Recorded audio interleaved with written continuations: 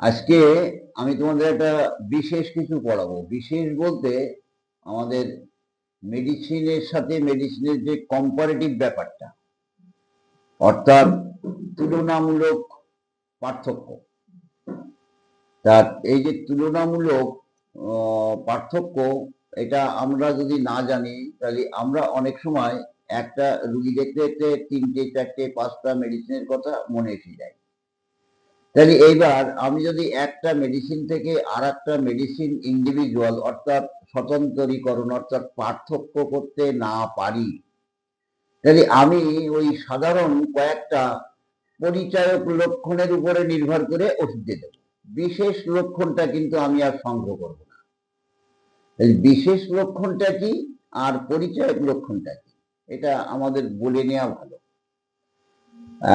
যে লক্ষণ দ্বারা শুধুমাত্র ওষুধকে চেনা যায়, এবং একটা পরিচয়ক লক্ষণ বা দুটো পরিচয়ক লক্ষণ অনেক মেডিসিনের মধ্যে থাকে। ক্যালকেরিয়া কার্ভের লবণ প্রিয়তা একটা পরিচয়ক লক্ষণ, লবণ প্রিয়তা ফসফরাসের একটা লক্ষণ, পরিচয়ক লক্ষণ।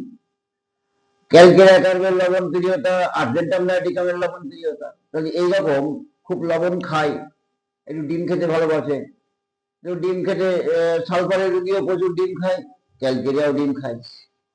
তাহলে এইরকম দু একটা পরিচয়ক লক্ষণ ধরে ঝপাঝপ ওষুধ দিয়ে দেবো, তাহলে কিন্তু আমাদের রুগী ট্রিটমেন্ট হবে না। এই কথাটা ক্যালকেরিয়া কার্ভের মধ্যে জেমস টেলর কেন খুব সুন্দর বলেছেন যে তুমি একটা রুগীর মধ্যে ক্যালকেরিয়ার 5-6টা লক্ষণ পেলে, কিন্তু বারবার ক্যালকেরিয়া কার্ভ দেওয়া হচ্ছে এবং ফেল হচ্ছে। দেখা গেল রুগীটা বা রোগিনীটা পালসেটিলার রোগিনী। তাহলে কোন লক্ষণ দ্বারা পালসেটিলার রোগিনী বলা হচ্ছে? তো এই যে ব্যাপারটা, এই ব্যাপারটা কিন্তু আমাদের বুঝতে হবে। যে লক্ষণগুলি বিশেষ লক্ষণ, সেই বিশেষ লক্ষণগুলি রোগীর মধ্যে কি আছে, আর ওষুধের মধ্যে বিশেষ লক্ষণগুলি কি। যদি ক্যালকেরিয়া শীত কাতর, দেখা গেল যাকে ওষুধ দেওয়া হচ্ছে সে গরম কাতর। যদি 6টা ক্যালকেরিয়া কার্ভের 1 ডজন ক্যালকেরিয়া কার্ভের লক্ষণ থাকলেও ওখানে কিন্তু পালসেটিলা না দিলে ওই রুগী সারবে না, ওই ক্যালকেরিয়া কার্ভের রুগী সারবে না। তাই বলা হচ্ছে যে পরিচয়ক লক্ষণ ধরে ওষুধ না দিয়ে বিশেষ লক্ষণের উপরে নির্ভর করে ওষুধ দাও। লক্ষণ সংখ্যায় কতগুলি তুমি পেলে তার উপরে ওষুধ চয়েস হবে না। ওষুধ রুগীর মধ্যে যে লক্ষণগুলি পেলাম তার মধ্যে বিশেষ লক্ষণ, যাকে আমরা অদ্ভুত, অস্বাভাবিক বা চরিত্রগত লক্ষণের মধ্যে বুঝাই, সেই লক্ষণগুলি কম সংখ্যক থাকলেও হবে, প্রচুর লক্ষণ থাকতে হবে না। তাই ক্যালকেরিয়া কার্ভের মেন্টাল সিমটমস আর পালসেটিলার মেন্টাল সিমটমস দুটো আলাদা। তাহলে এখানেই তো পার্থক্য বিচার হয়ে যায়। দুটো 4টে ক্যালকেরিয়া কার্ভের লক্ষণ থাকলে আর আমি ক্যালকেরিয়া কার্ভ দিয়ে দিলাম, এটা তো হয় না। জেমস টেলর কেন এটা ক্যালকেরিয়া কার্ভের মধ্যে আলোচনা করেছেন এবং আমরা ব্যবহার করে দেখেছি এবং প্রমাণ করে দেখছি যে হ্যাঁ, ওনার কথাগুলি সবই সত্য। আচ্ছা, এইবার আমি তোমাদের আজকে যেটা পড়াবো বলছি সেটা হচ্ছে তুলনামূলক পার্থক্য, অ্যাকোনাইট আর ব্লেডনা। এই মেডিসিন দুটো আর যে পার্থক্য বিচার, সেই পার্থক্য বিচারটা আমাদের একটু করা দরকার। অ্যাকোনাইট ভেজিটেবল কিংডম অর্থাৎ উদ্ভিদ থেকে তৈরি হয় কাঠবিষ। ব্লেডনা ওই রকম একটা উদ্ভিদ থেকে তৈরি হয়, সেটা ব্লেডনা এক জাতীয় পাতা থেকে তৈরি হয়, একটা ভেষজ। দুটোই ভেজিটেবল কিংডম, দুটোই কিন্তু তরুণ রোগের উপরে বেশি ব্যবহার্য। ব্লেডনার রোগগুলিও হঠাৎ আক্রমণ করে, অ্যাকোনাইটের রোগগুলিও হঠাৎ আক্রমণ করে। অ্যাকোনাইটের রোগীর হার্ট সবল, কর্মঠ, রক্ত প্রদান ধাতু আর স্নায়ু প্রদান ধাতু। আমরা ব্লেডনাতেও কিন্তু তাই দেখি, রক্ত প্রদান ধাতু, ঠিক ব্লেডনাতে যা, ক্যালকেরিয়া কার্বেটা এই অ্যাকোনাইটে তাই। রক্ত প্রধান ধাতু, হৃৎপিণ্ড সবল, কর্মঠ, স্নায়ু প্রধান, রক্ত প্রধান, তো আমরা দেখলাম। এবার সবসময় চেহারা দিয়ে দেখা গেল হয়তো ক্যালকেরিয়া ব্লেডনা হিসাবে নাদুস নুদুস চেহারা নেই, তাহলে কি ব্লেডনা হবে না? না, হবে, যদি ব্লেডনার লক্ষণ থাকে। তাহলে সেই ব্লেডনার লক্ষণগুলি কি? সেই বিশেষ লক্ষণগুলি, অদ্ভুত লক্ষণগুলি, অস্বাভাবিক লক্ষণগুলি কি? আর অ্যাকোনাইটের অস্বাভাবিক লক্ষণ, অদ্ভুত লক্ষণ, যাকে জেনারেটিস বলা হয়, অর্থাৎ হ্রাস বৃদ্ধি, সর্বাঙ্গীন হ্রাস বৃদ্ধি, আঙ্গিক হ্রাস বৃদ্ধি, যাকে মডালিটিস বলা হয়, এগুলি বা কেমন? দুটো দুধের কেমন?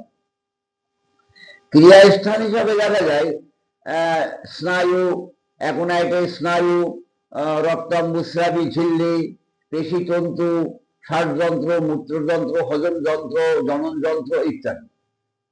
আমাদের ব্লেডনার কিন্তু তাই দেখা যায়।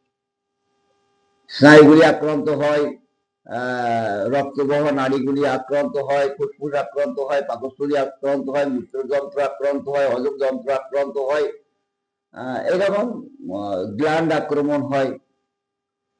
তাহলে আক্রান্তের স্থান দিয়েও আমাদের খুব একটা কিছু পার্থক্য বিচার করা যাচ্ছে না। রোগের কারণ শুষ্ক শীতল বাতাস লেগে দেখা যাচ্ছে আমাদের অ্যাকোনাইটের রোগগুলি হয়, এবং সেগুলি সাধারণত ফুসফুস যন্ত্রকে আক্রান্ত হয় বা স্নায়ু যন্ত্রকে আক্রমণ করে।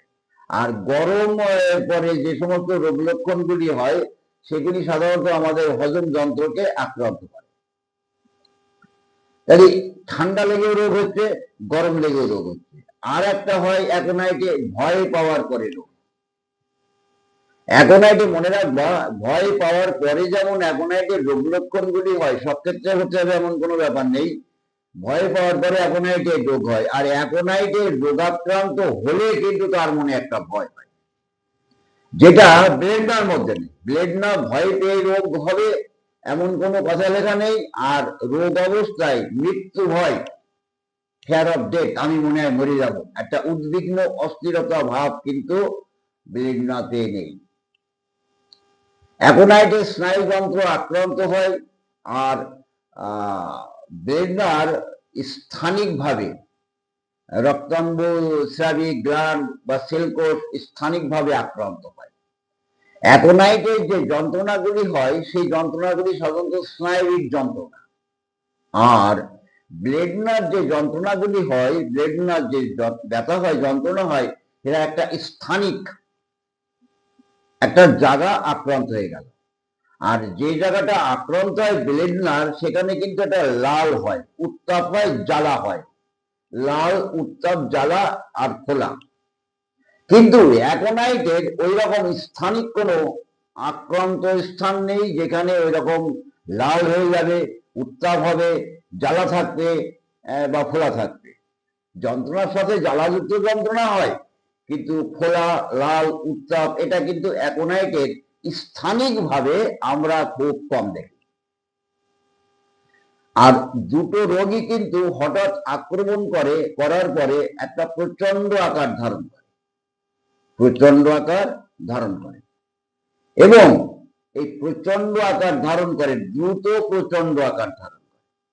কিন্তু ব্লেডনায় দেখা যায় যে কষ্টগুলি তার হচ্ছে, পেটের যন্ত্রণা হোক আর মাথার যন্ত্রণা হোক আর রক্তস্রাব হোক, ঘুরিয়ে যদি অ্যাকোনাইটের মাথার যন্ত্রণা হোক, রক্তস্রাব হোক, পেটের যন্ত্রণা হোক, এরকম যদি কিছু হয়, তো ব্লেডনায় দেখা যায় হঠাৎ আসে যেমন রোগ লক্ষণগুলি, কষ্ট যেমন বর্ধিত হয়, খানিক পরে আবার খানিকটা নিমজ্জিত হয়ে যায়, কমে যায়, যার কারণে ব্লেডনাতে বলা হয় কাম সাডেনলি অ্যান্ড গো সাডেনলি, কমে যায়। অ্যাকোনাইটের কিন্তু তা কমে না, অ্যাকোনাইট একটা ভাবে চলতে থাকে, ক্রমান্বয়ে বৃদ্ধি হতে হতে হতে হতে চলতে থাকে। ব্লেডনার স্রাব, রক্তস্রাব হোক, বেশিরভাগই রক্তস্রাবটা আমরা লক্ষ্য করি গরম, উত্তাপ বোধ করে। রোগ লক্ষণের সাথে মৃত্যু ভয়, মনে হয় আমি বাঁচবো না, অস্থিরতা, ছটফটানি, একটা মৃত্যু ভয়, এটা অ্যাকোনাইটের চরিত্রগত লক্ষণ।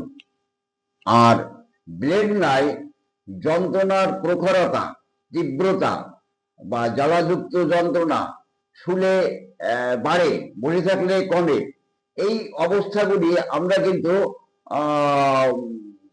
লক্ষ্য করব। তাই অনেক সময় ঘাম চাপা পড়ে অ্যাকোনাইট হতে পারে, ঘাম চাপা পড়ে ব্লেডনাও হতে পারে। আমরা এরকম ঘাম চাপা পড়ে অনেক মেডিসিন হয়, সেগুলি আমরা পর আলোচনা করব, পরবর্তী একদিন রাস্টাস ড্রাইনিয়া নিয়ে আলোচনা করব। তাহলে এইভাবে আমাদের মানসিক লক্ষণটা কিন্তু গুরুত্ব দেওয়া দরকার। অ্যাকোনাইটের মানসিক লক্ষণ কি? রোগ যন্ত্রণার সাথে একটা উৎকণ্ঠা থাকে, কি হলো, কি হবে, বাঁচবো তো, একটা মৃত্যু ভয় সেখানে কাজ করে। কিন্তু ব্লেডনায় কিন্তু সেই মৃত্যু ভয়টা কিন্তু থাকে না। যদি ব্লেডনার কখনো মানসিক লক্ষণ পাওয়া যায়, সাধারণত দেখা যায় কুকুর ভীতি, মানে ভুল বকা, যাকে তড়কা বলা হয়, উচ্চ জ্বর অবস্থায় একটা তড়কা হয়, এই তড়কাতে অনেক সময় কালো কুকুর বা কুকুর সম্পর্কে হয়, চমকে ওঠে।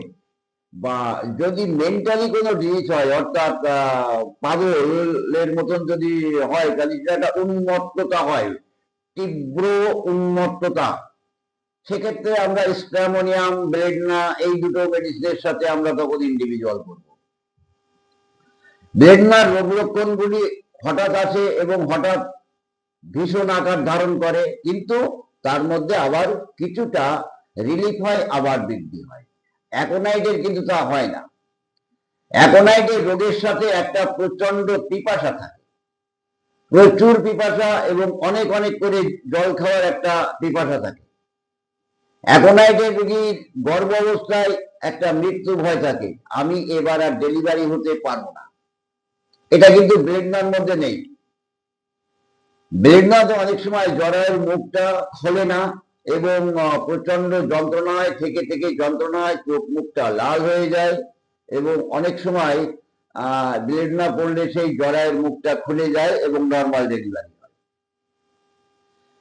দেখা যায় ব্লেডনার যে রক্তস্রাব হয় গরম, উজ্জ্বল লাল বর্ণ, আর সাথে জমাট বাঁধা, জমাট বাঁধা বাঁধা, খানিকটা স্রাব হলো, জমাট বাঁধা হলো, উজ্জ্বল হলো, রক্তবর্ণ হলো, লাল হলো, আর কি হলো, গরম, গরম বোধ করে রোগী। অ্যাকোনাইটে সেটা আমরা খুব কম দেখি, তরল স্রাবটাই বেশি দেখি। ভয় পেয়ে কোনো রোগ হলে আমাদের অ্যাকোনাইটের কথা মনে করা উচিত, সেখানে কিন্তু আমাদের ব্লেডনার কোনো স্থান সাধারণত নেই। অনেক সময় দেখা যায় বাচ্চাদের চুল কাটার পরে, টাক করার পরে, ন্যাড়া করার পরে, চুল ছেটে দেওয়ার পরে জ্বর, যদি আমরা এই লক্ষণটা পাই, তাহলে আমরা কিন্তু বহু ক্ষেত্রে এই ব্লেডনার লক্ষণ পাই এবং ব্লেডনা দিয়ে আরোগ্য করতে পারি। ব্লেডনার যে স্থানিক আক্রান্ত থাকে, প্রদাহ থাকে, সেখানে কিন্তু একটা দপদপানি অনুভূতি হয়, পালসেশন, একটা দপদপ অনুভূতি হয়। আর স্নায়বিক যন্ত্রণা হিসাবে অ্যাকোনাইট প্রাধান্য, আর স্থানিক যন্ত্রণা হিসাবে ব্লেডনার প্রাধান্য। ব্লেডনায় কিন্তু এরকম যন্ত্রণা হয়, কিন্তু ব্লেডনার যন্ত্রণার সাথে দপদপানি থাকে, আর অ্যাকোনাইটের যন্ত্রণার সাথে মৃত্যু ভয় থাকে। এটা কিন্তু তোমরা মনে রাখবা। ঠান্ডায় ব্লেডনায় অনেক সময় উত্তাপ দিলে, প্রদাহ স্থানে হালকা উত্তাপ দিলে উপশম পায়, আর অ্যাকোনাইটের রোগী কিন্তু উত্তাপ পছন্দ করে না, একটু ঠান্ডা পছন্দ করে। শীতে শ্বাসযন্ত্র আক্রান্ত হয়, আর গরমকালে হজম যন্ত্র আক্রান্ত হওয়ার টেন্ডেন্সিটা আমরা অ্যাকোনাইটের মধ্যে লক্ষ্য করতে পারি। সকল রোগের সাথে অস্থিরতা, ছটফটানি, মৃত্যু ভয়, প্রচুর পিপাসা এবং অনেক করে জল খাওয়া, এটা আমরা দেখি। আর ব্লেডনার রোগ লক্ষণগুলি হঠাৎ আক্রমণ করে, প্রচন্ড আকার ধারণ করে, কিছুটা বৃদ্ধি হতে হতে একটু থেমে যায়, আবার বাড়ে, আবার একটু থেমে যায়, আবার বাড়ে। ঠিক